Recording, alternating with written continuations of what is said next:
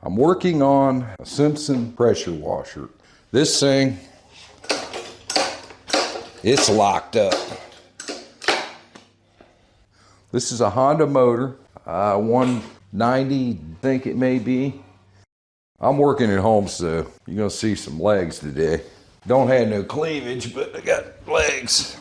I've seen, and I could probably do it, but I don't want to do any more damage that's already done to this thing. They'll take a big old pair of channel locks and they'll just try to free it up. Let's find out what's wrong with the thing. All right, this is a number 10. Got 4 bolts at the top of it.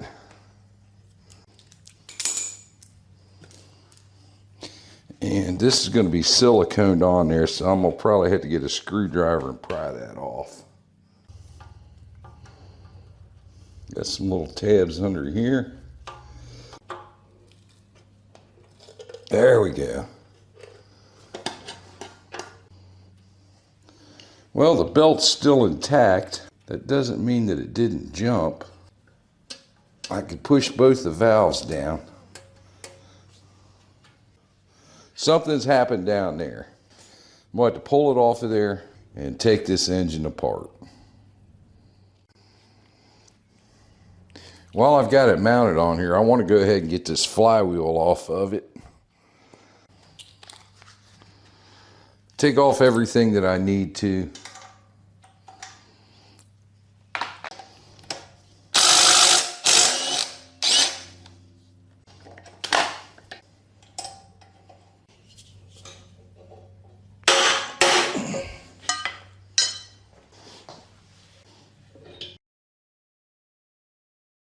Got her up here on the bench, oil's out of it, flywheel's off. Let's flip this thing up on its side, take this side cover off of it, and see what's wrong with it.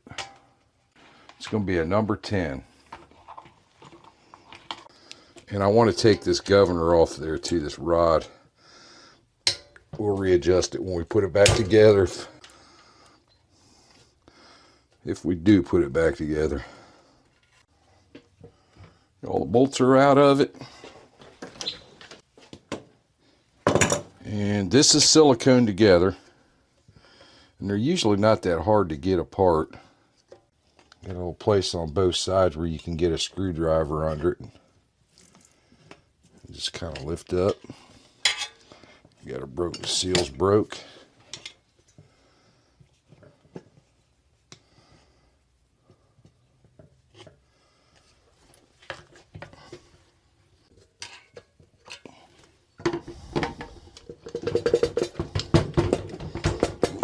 Jiggling.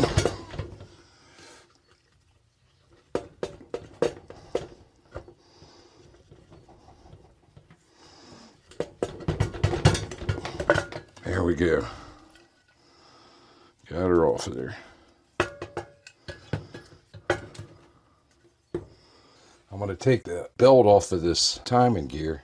You just push it off the top. I pull this pin out. There we go. It just pulls right out.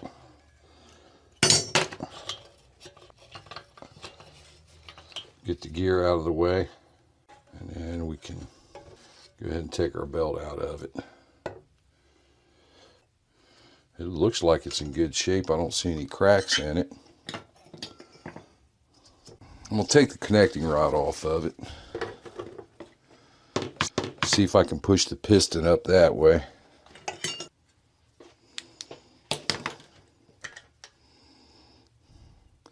That looks good. So our problem is, thank God, not the piston. You can see I'm pushing it up with my hand. It's froze on that front bearing up there. So I'm gonna see if I can free it up with my channel locks. Now I can put the channel locks on it. Yeah, wouldn't recommend doing that without first seeing where the problem actually is. I spent the next 15 minutes wiggling and jiggling and twisting and turning and taking the hammer and tapping to get this crankshaft out of there. There's very little clearance that I had to be able to clear that connecting rod that was still up in there. Had to be very careful not to damage that in any way getting this crankshaft out. I was also keeping in mind not to cause any more damage to the crankshaft or that sleeve that it was going through as well. I'm trying to find the right spot where it'll come out of there and clearance the counterweights and the top of it. I think I found it right there.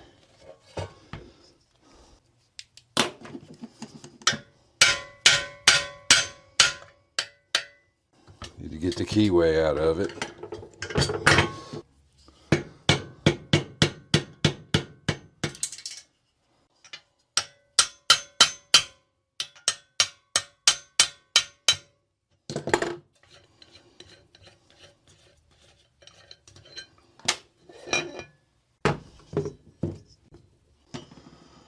Right down in here's where it was stuck. So just need to work on cleaning that out real good. Little hunk of aluminum there. And then I'm going to polish this crankshaft up. Show you how I do that. And we can put this thing back together. We won't have to buy no parts.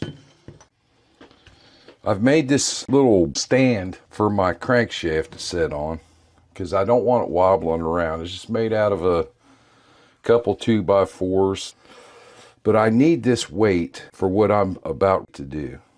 I've got it on this heavy block of wood because I ain't got no way to clamp this down to my bench. If you choose to do this, just find a way that you can mount this thing where it's not going to be flopping all over the place. I'm going to be using some brake clean and some muriatic acid. Now this acid will put off some fumes, so be careful. Make sure you got a well ventilated area. I'm using my brake clean and I'm going to use it to degrease this part of the shaft here. This is the side that was stuck. And if you see that silver line around it, that's aluminum that's embedded itself onto that shaft. Aluminum will not scratch this steel, but it'll sure stick to it. We're going to use that acid to take the aluminum off of the steel. I'm putting my little toothbrush down into that acid and just getting it wet. And we'll put it all around this drive shaft because it doesn't take very much. Now I've done this in previous videos, and those videos are real hard to find because of the big time YouTubers, the ones that have hundreds of thousands of viewers. They saw it and used it on their own channel as if they'd done it all their lives, made their channel grow with it. And they made money off of it. I don't get nothing. But let it sit there for a few minutes. You can see it turning black. You can see it foaming. Now over here on the other side, I found a big old chunk of it on there. So that might take a little bit of going back and forth to get that off of there. Now as you're doing this, it's dissolving the aluminum, and there's oil in that aluminum. As it dissolves, it's releasing the oil back out onto the crankshaft. And you'll be able to tell because you won't see it foaming anymore. I'll get my brake clean and I'm going to hit her one more time. Degrease it. You can use soap and water on this too. Next, I've got a piece of 800 grit sandpaper. I'm going to use that on this and that. This, I'm going to use nothing less than 1200 on it. Because that's shiny, I just want to clean it up a little bit. But we still got some aluminum on there, and we're going to use this 800. And I'm going to put some more acid on it. We'll wrap this around it. You can see this a little bit longer than, and can go around it a couple times. And I'm going to take this piece of rope and go around this thing about 3 times. This rope is regular clothesline rope, and I cut it 2 feet long. So now that I've got it around there a couple of times. I can take my rope and use this to run that sandpaper around it. Come over this way, over that way, go back and forth just a few times, and now I'm going to take this off and see what it looks like. Looking pretty good there. So I'm going to put some more acid on it. And you can see the bottom part cleaned up pretty nice, so I need to turn this. Now with the 800, you don't want to go too crazy with it. I'm just wanting to knock that aluminum off of the crankshaft. And I think this little go around right here will do it for me. And then I'll use the 1200 all the way across the board on it. Now, if you didn't have this thing mounted, it would be flopping all over the place. And that should be good.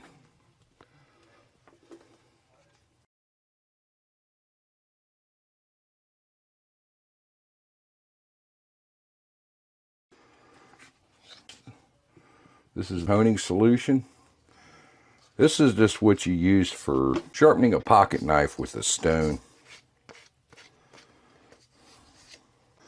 This is 1200 sandpaper. And if you choose, you can go a little higher. But this is about all I ever do. Not too often I use anything finer than 1200. Tighten this thing down a little bit.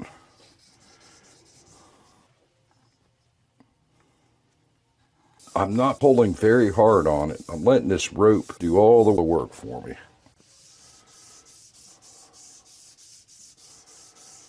See what we got.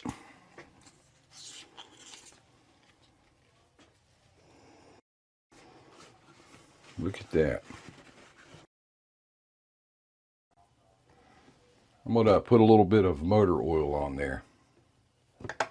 Just a drop or two. And then I'm going to use a new piece of sandpaper.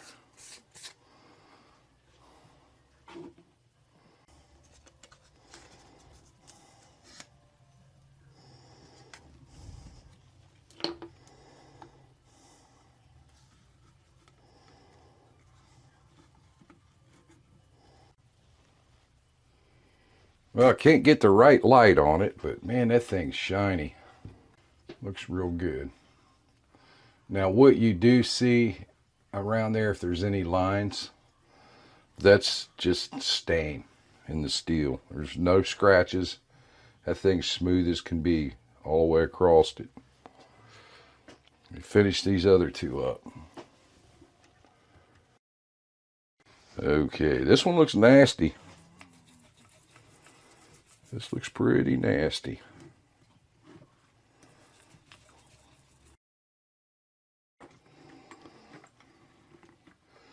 That one cleaned up pretty good. Get that acid off of there. And then I'm going to switch over to some 1200. And then just use the honing solution on it.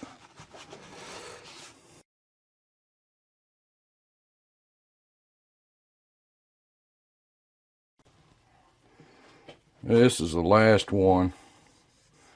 Got 1200 on it with some motor oil.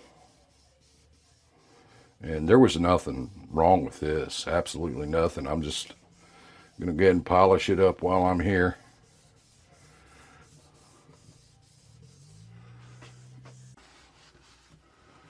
And there we go. This crankshaft's cleaned up and ready to go back in.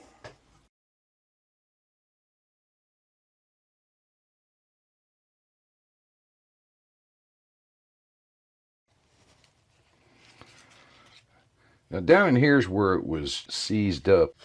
There's some grooves in there, but I'm not worried about taking the grooves out. I just want to knock everything down flat. And I'm just going to use my finger to do it. Very lightly. I've got some 500 grit sandpaper. And I'm not going to go crazy. I don't want to egg shape this thing. I just want to knock those down.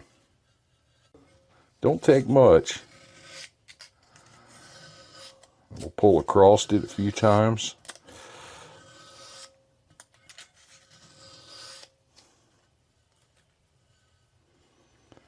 And you can feel in there with your finger when it's smooth. Okay. I'm going to move up to some 800 grit. You don't want to use any of the sandpaper that you used on the crankshaft with that acid. Start out with new sandpaper, some new paper towels. Get some 800. Now, don't have to get it machine perfect. We found out what the problem was. It was the muffler overheating it. So if you take care of that issue and you just knock these high spots down on there, you'll be okay. If there's some deep scratches in it, don't worry about them. Like I said, if anything else, those deep scratches will help carry the oil around in there now. But here's what we're starting to look like in there. And it's nice and smooth. If you can see right inside of there, there's a groove, but it's smooth. Just leave it like that. You don't want to try to dig down in there and take it out. You want to leave it as round as we possibly can. This thing's ready to go back on there. Let me get the other one and fix it.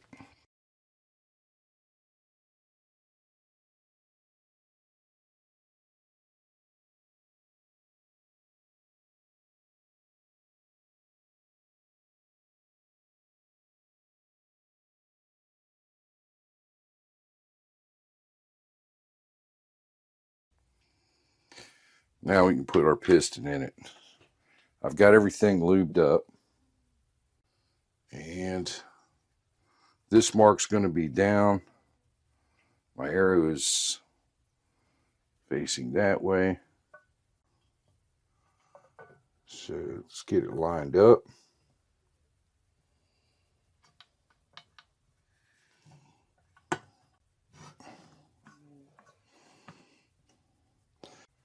With my piston in, I've got some slight pressure against the ring. I got my thumb down inside here, just kind of pushing, giving a little pressure. And I'm going to take my pick and try to work that ring into that groove. And there is a little bit of play for you to get some angle on that piston. As you can see there, that one went in. Here's my gap. And whatever you do, don't try to force things. And my ring has actually came out of the slot on the piston, so I'm going to back it out just a tiny bit. There we go. Got that one in there. And the oil rings just slid in there by themselves. So got that installed. Okay, I've just got these snug. I want to make sure everything's turning okay. The torque on these are either 9 foot-pounds, or if you multiply that by 12, it's 108 inch-pounds. Go a little bit at a time on each side of it. And then there, I got that one cranked down, and that one cranked down. In Newton meters, that would be 12.9 Newton meters, according to what that thing's saying. Now, there are two ways to install this timing belt and gear. First way would be right after you've installed your piston, crankshaft, and connecting rod. There's a little triangle on the crankshaft.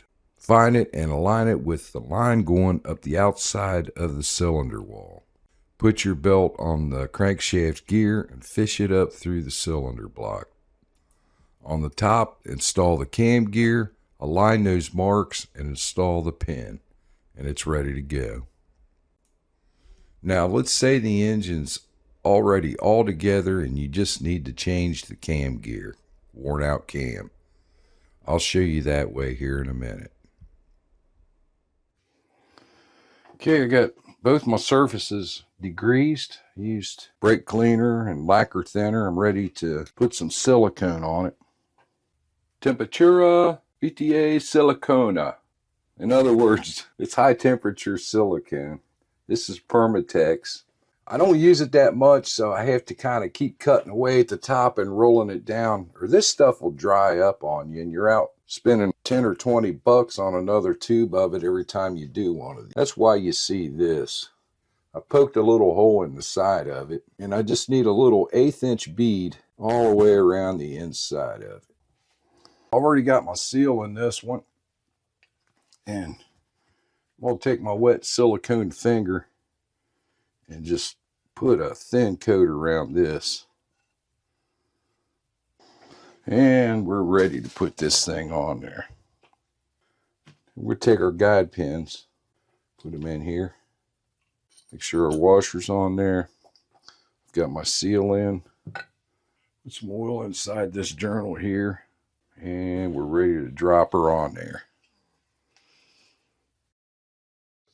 Go straight down on our guide pins. And it should flop right down in there pretty good. We'll give it a little turn there.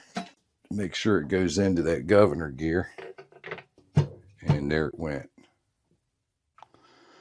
I do have a little bit of oil on these because they came out, they were corroded. And that oil helps neutralize that corrosion and sort of prevents it from happening again. Just making sure they all got contact. And then I'm going to walk away from this because of the type of silicone I used. It's a regular Permatex, like I said. They recommend you let that set for a little bit before you torque it down. So that's what I'm going to do. Ready to put our seal in here. Give it a little spin. And this thing, you could just push it in there. It's so big. There we go. Ready to install our timing gear. This has 2 marks on it, these 2 lines. We're going to line those up with this right here. We want our piston to be at top dead center. And you want your keyway to be straight up and down with this. We can also check with a ruler. Okay, we'll take our cam, put her down in there. Need to move it a tooth. And from what I'm seeing here, that looks pretty straight across. Let me wool it up a little bit. And we can take our pin, just drop the pin right down in there. Easy peasy.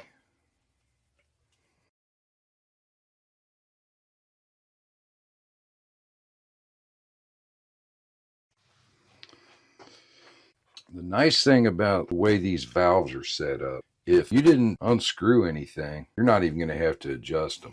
They only go in one way. You have 2 pins, 1 pin for each one, and they just slide through it like that. Now, I gave away the answer to what actually caused this to happen earlier in the video. I said it was the muffler. In the left hand, you see a good one. In the right hand, you see the bad one. Here, you're looking at the back of the mufflers. What happened was it rusted out around the exhaust pipe on the back side of it. There's 2 other little rust lines. It was blowing hot exhaust against that motor while it was running. That would certainly make the thing seize up the way that it did. I have to end this build at this point.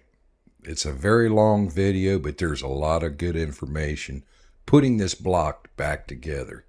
You'll find in the description below links to more videos of this motor being put back together. It'll include adjusting the governor, adjusting the valves, installing the coil, and a lot more. Go check them out.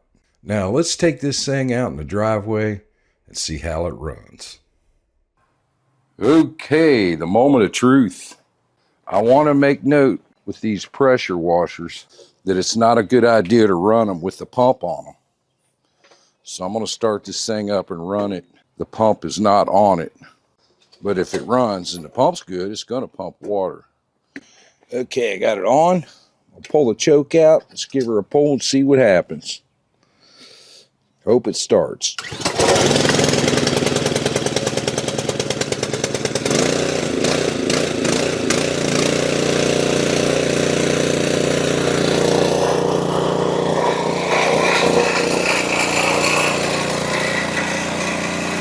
There we go. First pull.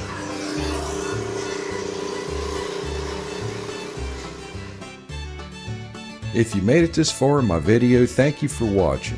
I hope you enjoyed it. I hope you got some good information out of it. Don't forget to hit that like and subscribe button on the way out. Got a lot of videos up there and I got a lot more coming. Ring that notification bell and you'll get notified as soon as I put them up.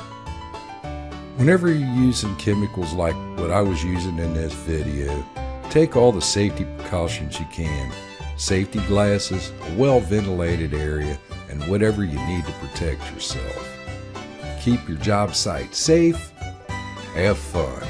Thank you for watching.